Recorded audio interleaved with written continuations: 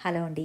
మహాభారతంలోని ఉద్యోగ పర్వంలో శ్రీకృష్ణుడు సంధికని వచ్చినప్పుడు దుర్యోధనుడు సంధి చేసుకోవడానికి సిద్ధంగా లేకపోవడంతో నారద మహర్షి, పరశురాముడు ఇంకా ఎంతో మంది ఋషులు అతడికి హితవు పలుకుతారు. మొండిపట్టు అహంకారం వల్ల అనర్థాలు తప్పవని హెచ్చరించి ఎన్నో దృష్టాంతాలను కూడా ఇస్తారు. ఆ వరుసలోనే కణ్వ మహర్షి దుర్యోధనుడికి చెప్పిన గరుత్మంతుడి గర్భభంగం అనే కథను విందాం. స్వర్గాధిపతి అయిన దేవేంద్రుడి రథసారథి మాతలి. మాతలి శాంత స్వభావంతో, మంచి గుణాలతో అందరి చేత ప్రశంసలు అందుకున్నాడు. మాతలికి గుణకేశి అనే ఒక కూతురు ఉంది. గుణకేశి గొప్ప అందగత్తే కాదు, అంతటికంటే గొప్ప గుణవంతురాలు. యుక్త వయసుకు వచ్చిన గుణకేశికి తగిన వరుణ్ణి చూసి వివాహం చేయాలని మాతలి యోగ్యుడైన వరుడి కోసం అన్ని చోట్ల తిరగసాగాడు. కొంతమందికి అందం లేదు, మరికొంతమందికి విద్య లేదు. ఇవి రెండూ ఉన్న వారిలో వినయం లేదు. విద్య, వినయం, రూపం, సద్గుణాలు కలిగిన వరుడి కోసం మాతలి దేవలోకంతో పాటు భూలోకంలో కూడా వెతికాడు. అయినా సరే ప్రయోజనం లేకుండా పోయింది. మాతలి మాత్రం పట్టు విడవక ప్రయత్నిస్తూనే ఉన్నాడు. ఇలా ఉండగా నారదమునికి ఈ విషయం తెలిసి మాతలిని కలుసుకుంటాడు. తాను కూడా వరుడు వెతికే విషయంలో సహాయపడతానని ఇద్దరూ కలిసి బయలుదేరుతారు. పాతాళలోకం చేరుకుని నారదుడు అక్కడి విషయాలు విశేషాలు చెబుతూ ఉన్నాడు. అంతా చూసిన మాతలి, మహర్షి, ఈ లోకం రాక్షసులకు నిలయం. నేను దేవతలకు అధిపతి అయిన ఇంద్రుడి సారథిని. వీళ్లతో సంబంధం పెట్టుకోవడం భావ్యం కాదు అని అంటాడు. అటుపై ఇద్దరూ కలిసి రసాతలానికి వెళతారు. అక్కడ అందరూ విలాసవంతంగా భోగమయ జీవితాన్ని గడుపుతున్నారు. ఇది మాతలికి ఇష్టపడలేదు. మళ్ళీ నాగలోకానికి చేరుకున్నారు. ఆ లోకంలో విహరిస్తూ నారదుడు నాగవంశంలోని ప్రముఖులందరి గుణగణాలను వివరిస్తూ వారిని మాతలికి చూపిస్తున్నాడు. అంతా వింటున్న మాతలి కనులు నవ యవ్వనంలో అతి సుందరంగా ఉన్న ఒక యువకుడి మీద పడింది. ఇది గమనించిన నారదుడు, మాతలి, నాగలోకంలోని ప్రఖ్యాత వంశానికి పెద్ద ఆర్యకుడు. నువ్వు చూస్తున్న ఈ యువకుడు సుముఖుడు. ఇతడు ఆర్యకుడి మనవడు. ఆర్యకుడి కొడుకు సుముఖుడి తండ్రి చికురుడు అని చెబుతాడు. మాతలి మనసును గ్రహించిన నారదుడు ఆర్యకుడితో, నాయన, ఇతడు ఇంద్రుడి సారథి అయిన మాతలి. ఇతడికి పెళ్ళేడుకొచ్చిన ఒక కుమార్తె ఉంది. ఆమె పేరు గుణకేశి. అందంలోనే కాదు, గుణంలో కూడా ఉత్తమురాలు. గుణకేశిని సుముఖుడికిచ్చి వివాహం చెయ్యాలని మా సంకల్పం అని చెబుతాడు. ఇది విన్న ఆర్యకుడు నిరుత్సాహపడుతూ, మహర్షి, మా విషయం ఏం చెప్పమంటారు? గరుత్మంతుడికి ఆహారంగా నాగలోకం నుంచి ఒక్కొక్కరిని పంపించాల్సిన విషయం మీకు తెలిసిందే.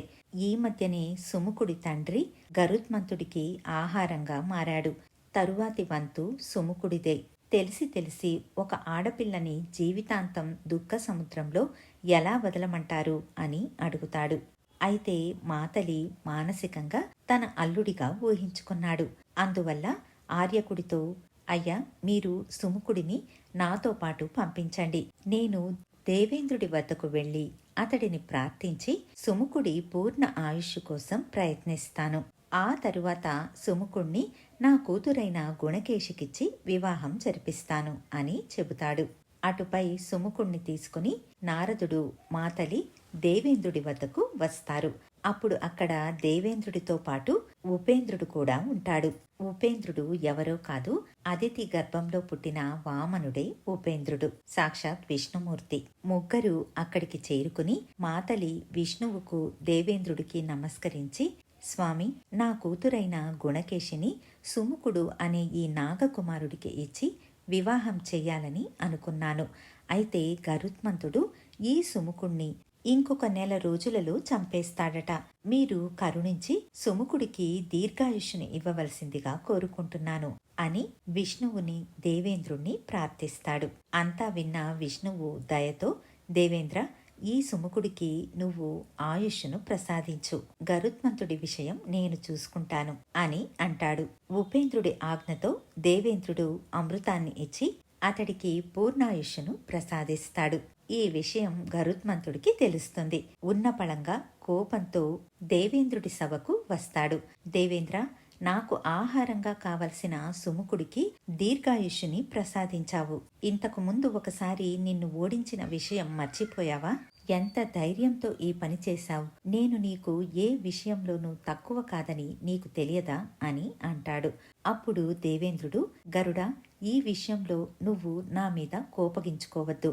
ఎందుకంటే సుముఖుడికి ఆయుర్దాయాన్ని ఇచ్చే విషయంలో విష్ణువు తప్ప ఈ మహిమను ఇంకెవ్వరూ చేయడానికి సమర్థులు కారు. అతడి ఆజ్ఞ ప్రకారమే నేను ఈ పని చేశాను అని అంటాడు. అప్పుడు గరుత్మంతుడు సభలో విష్ణువు ఉన్నాడని కూడా పట్టించుకోకుండా, దేవేంద్ర, విష్ణువే ఈ పని చేయించాడని చెబుతున్నావు. అయితే నా గొప్పతనం నీకు తెలియదా? ఆ విష్ణువునే మోసేవాడిని నేను. విష్ణువుతో పాటు లక్ష్మిని కూడా మోసే సమర్థుణ్ణి నేను. అటువంటి నన్ను అవమానిస్తావా అని అంటాడు. ఇది విన్న విష్ణువుకు గరుత్మంతుడికి అహంకారం తలకు ఎక్కిందని, తనకు అతడు ఎంతో ప్రీతిపాత్రుడు కాబట్టి వెంటనే ఆ అహాన్ని దించాలని నిర్ణయించుకుంటాడు. గరుత్మంత, ఒకసారి ఇలారా అని పిలుస్తాడు. గరుత్మంతుడు వెళ్లి విష్ణువు పక్కన నిల్చోగానే విష్ణువు తన ముంజేతిని గరుత్మంతుడి వీపు మీద పెడతాడు.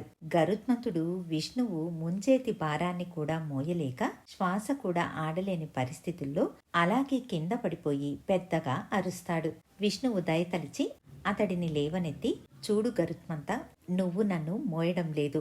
నా నేర్పరితనం వల్ల నువ్వు నన్ను మోస్తున్నావు. ఇది నీకు నేనిచ్చిన ఒక అవకాశం. ఇంత గర్వం కూడదు. అహంకారం, గర్వం మనిషిని ఎప్పుడూ పాతాళానికి తోసేస్తుంది. వినయం, పరోపకారంతో జీవించే వారికి ఉత్తమగతులు ప్రాప్తిస్తాయి అని చెబుతాడు. ఇదండి కణ్వ మహర్షి దుర్యోధనుడికి గర్వం తెచ్చిపెట్టే కష్టాల గురించి వివరిస్తూ గర్వాన్ని వీడాలని చెప్పినటువంటి కథ. మళ్ళీ మరొక మంచి కథతో మీ ముందుంటాను. ధన్యవాదాలు.